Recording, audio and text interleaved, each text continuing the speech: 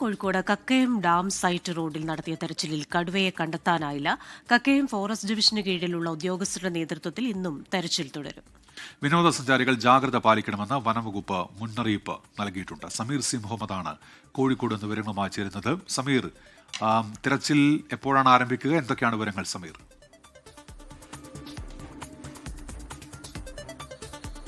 Good morning Christina, Unmesh. ഇന്നലെ രാത്രി 8 മണിയോട് കൂടിയാണ് വിദ്യാർത്ഥിയായിട്ടുള്ള ആൻജസ് ജോൺസൺ എവിടെ വെച്ചുകൊണ്ട് കടുവയെ കണ്ടു എന്ന് പറയുന്നത്. പിന്നീട് നാട്ടുകാരൊക്കെ അക്കാര്യം വനംവകുപ്പിനെ അറിയിച്ചു. വനംവകുപ്പിന്റെ നേതൃത്വത്തിൽ രാത്രി ഏറെ വൈകിയും തിരച്ചിൽ നടത്തി. എന്നാൽ കടുവയെ കണ്ടെത്താൻ കഴിഞ്ഞിട്ടില്ല. ആ ഒരു സാഹചര്യത്തിലാണ് ഇന്ന് വീണ്ടും തിരച്ചിൽ പുനരാരംഭിക്കാനുള്ള തീരുമാനം ഉണ്ടായിരിക്കുന്നത്.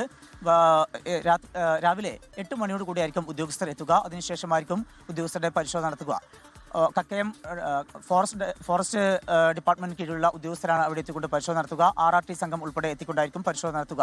നേരത്തെ തന്നെ ഈ മേഖലയിൽ കടുവയുടെ സാന്നിധ്യം സ്ഥിരീകരിച്ചതാണ്. കഴിഞ്ഞ വർഷം ഇവിടെ ജനവാസ മേഖലയോട് ചേർന്ന ഭാഗത്ത് കടുവയെ എത്തുകയും പിന്നീട് ആ കടുവ ഉൾവനത്തിലേക്ക് തന്നെ പോവുകയും ചെയ്തിരുന്നു. കൂടാതെ അവിടെ എത്തിയിട്ടുള്ള വിനോദസഞ്ചാരികൾ പെഡൽ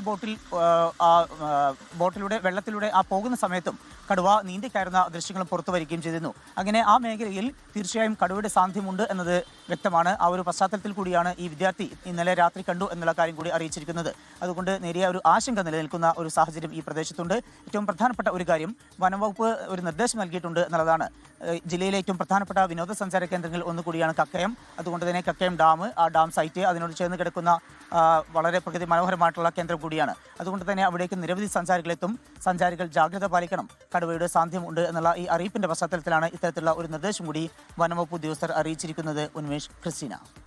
ശരി, സമീർ സി മുഹമ്മദാണ് കോഴിക്കോട് നിന്ന് വിശദാംശങ്ങളുമായി ചേർന്നത്. ലോകത്തെവിടെയായാലും ഏത് സമയത്തും 24 വാർത്തകളും ഓഗ്മെന്റഡ് റിയാലിറ്റി പാക്കേജുകളും എക്സ്പ്ലെയിനറുകളും വിശദമായി കാണാൻ ഞങ്ങളുടെ യൂട്യൂബ് ചാനൽ നിങ്ങൾക്ക് സബ്സ്ക്രൈബ് ചെയ്യാം.